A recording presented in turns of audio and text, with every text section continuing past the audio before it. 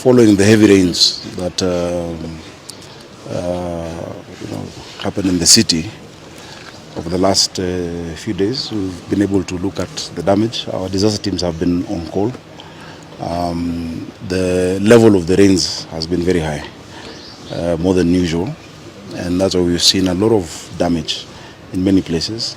The rivers have actually burst their banks, so Ngong River, Madare, if you look, all across the city. And so following that, at least today we had a multi-agency discussion. Following that meeting, we made a number of resolutions that we're issuing out to the public. In fact, where we're from just now, in Mukuru, Kwaruben, there are those who've encroached the path of the rivers. And I'm happy that they're already moving themselves, because they create blockages. And that is why we found a bridge that was swept away, actually two bridges that connect Kwaruben and Lungalunga. The county is undertaking emergency provision of bridges across the sub-counties where that is needed.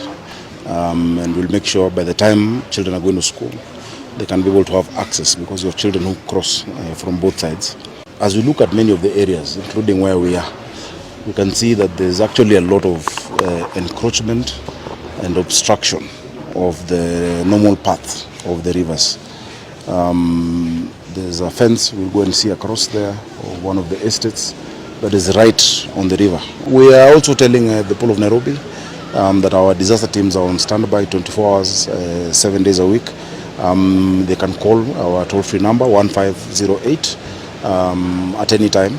We have ambulances on standby across the city, and that number goes straight to our emergency operations center that can be able to dispatch any assistance that is needed. Also, we are appealing Nairobians to listen to authorities, the sub-county admins, the ward admins, the DCCs and the assistant county commissioners, who are asking them to move to higher ground in those places that are affected. They should be able to heed those calls, because it is really for their safety. It is for our safety for us to be able to do that.